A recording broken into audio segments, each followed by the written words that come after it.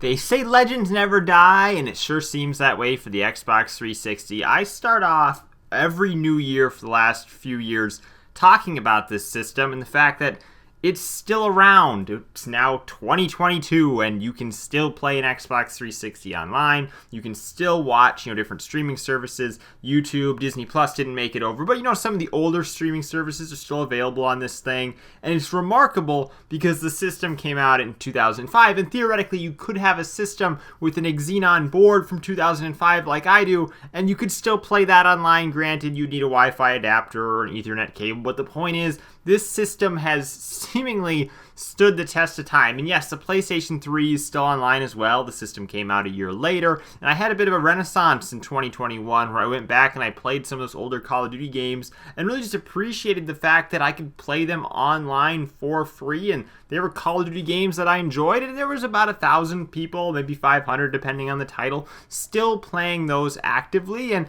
some of the games, yes, were filled with modders, but others, like Call of Duty Ghosts, for example, I had a very enjoyable time with. Now, I haven't done that on my PlayStation 3 in a while. Mostly it's used to play College Football Revamped these days. But I find it baffling to me the Xbox 360 has stuck around this long. And really, if you wanted to play some of these games online, you could play these 360 games on your 360 online against somebody who's playing a backwards compatible title on an Xbox Series X, a console that's just not one generation forward, but 2 generations forward from the Xbox 360. So it's just crazy to me that it's stuck around this long. But there is changes that came recently, and that's in the fact that the last games for the backwards compatibility program were released, announced, and put out there. So we've actually reached a stoppage point, really, with new games being added to backwards compatibility as we move forward. We've got all the games in the backwards compatibility library that we will ever see, and that probably means there could be changes coming for the Xbox 360.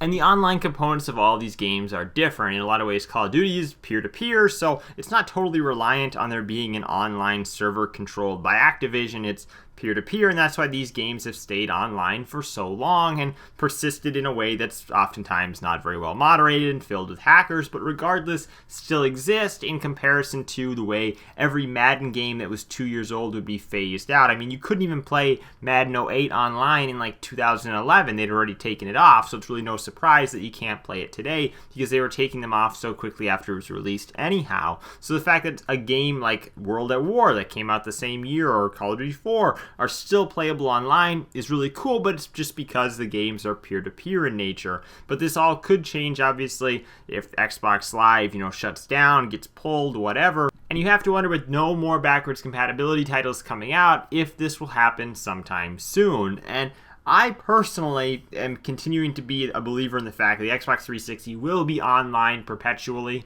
There will be services, there will be individual games that will disappear. They'll go by the wayside. They will individually leave functionality, but we'll never see a full mass, here's one day it's on, here's the next day it's over type of thing that we saw in, 2008, 2010 with the original Xbox, something like that, where it was just one day everybody was playing online, the next day nobody could play online. I don't think we'll see that hard of a shutdown on the 360, and if we do, I don't think that Microsoft is doing it to try to sell consoles. I don't think that they're doing it because they want to take away those last gaming moments from those people on 360 so that they'll go buy an Xbox Series X. I think they understand the fact that anybody still playing on 360 is playing those games because those are the games they enjoy playing, and probably will continue to play it even offline because most of the games, let's face it, you're playing on 360 are offline games today. I don't know many people that are going to their 360 solely to play online, even though there was a while where I was doing that on the PlayStation 3.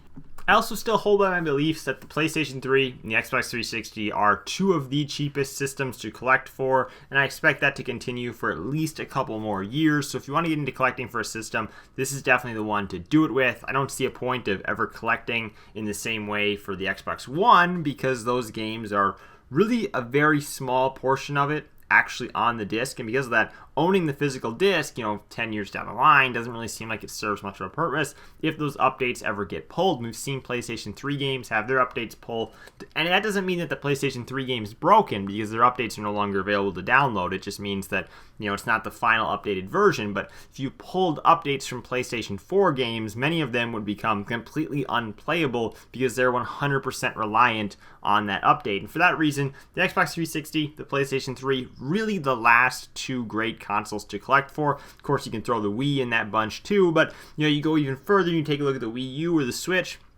Those are great as well, but oftentimes a little bit more pricey just because they're the Nintendo system. So in terms of the Xbox 360 and PlayStation 3, so having such a large mass appeal, they're very affordable to collect for and get those physical discs. And even if everything goes offline, you're not going to be totally left out in the cold because these games are relatively finished on the disc. There's some games that maybe came out later in the lifespan of the system. It's a little bit more broken, but for the most part, these titles are very well finished on the disc, and missing out on the patches isn't a total deal breaker. So I'm wishing you a happy new year, and if you want a little bit of nostalgia today, just go back and boot up an Xbox 360 and take a look at the fact that despite how far we've came in time, how many consoles have came out since, you can still play that thing online, or at least connected to the internet, take a look around. I mean, it's incredible that has kind of just stayed and continued to exist like an old website that never got updated.